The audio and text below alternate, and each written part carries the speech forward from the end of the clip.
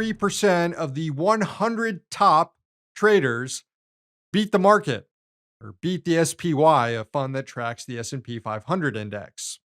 Leading the pack was Democratic Congressman Brian Higgins, who is holding on to NVIDIA stock that he purchased in 2021 ahead of lawmakers passing legislation to boost the semiconductor industry. Stock has quadrupled in price over the last 15 months.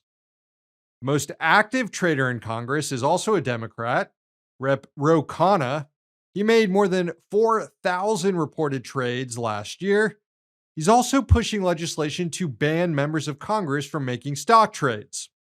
Whether it's a giant act of cynicism to distract from his own financial dealings, knowing that the bill has no chance of passing, I'll let you be the judge on that. The report also revealed which lawmakers are benefiting from Israel's assault on Gaza. Representative Kevin Hern bought Raytheon stock in September before the October 7th uprising by Hamas. And Rep. Josh Gottheimer bought Northrop Grumman stock less than 2 weeks before October 7th. Both companies have seen steady stock price gains in the months since. Gottheimer is a staunch supporter of Israel's military campaign.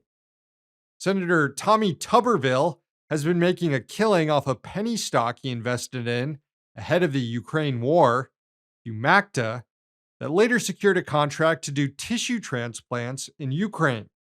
Tuberville sits on the Senate Armed Services Committee.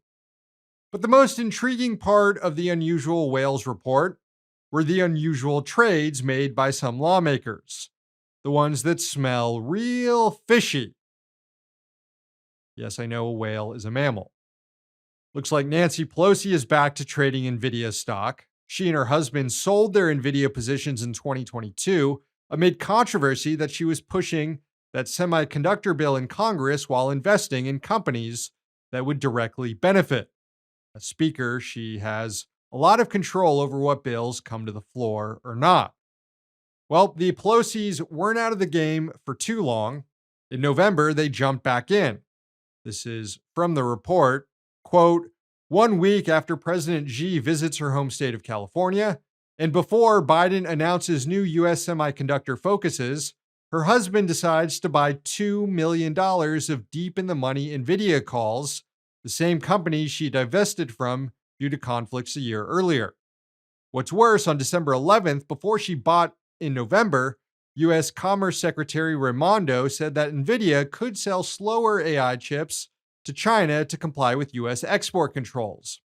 And then on December 28th, this is after Pelosi purchased the stock, NVIDIA launched a modified version of an advanced chip precisely to get around U.S. restrictions. Wow. Lucky timing, I guess. Lucky would also explain trades made by lawmakers amid the banking crisis in early 2023. Congresswoman Lois Frankel just happened to sell her shares in First Republic Bank right before its price dropped 80%. Almost a week later, she invested in JP Morgan before news was made public that the firm would be buying First Republic Bank. Now that's really lucky. I'd like to go to Vegas with Lois, or with Congresswoman Nicole Maliotakis, who, according to the report, bought shares of New York Community Bank Corp 24 hours before the bank announced it was acquiring Signature Bank, another institution that went bust around the same time. Look, I think we all know what's going on here. You can believe if you want that members of Congress just get luckier than the rest of us with their investments, or that they're just better at stock trading. But I'm not going to believe that. These motherfuckers are trading on privileged information, the same sort of shit the feds went after Martha Stewart for. We already have to deal with these pricks going to Washington and voting however the Chamber of Commerce tells them to vote so that they can cash out and be a lobbyist later. They shouldn't also be able to get rich off insider trading while doing it.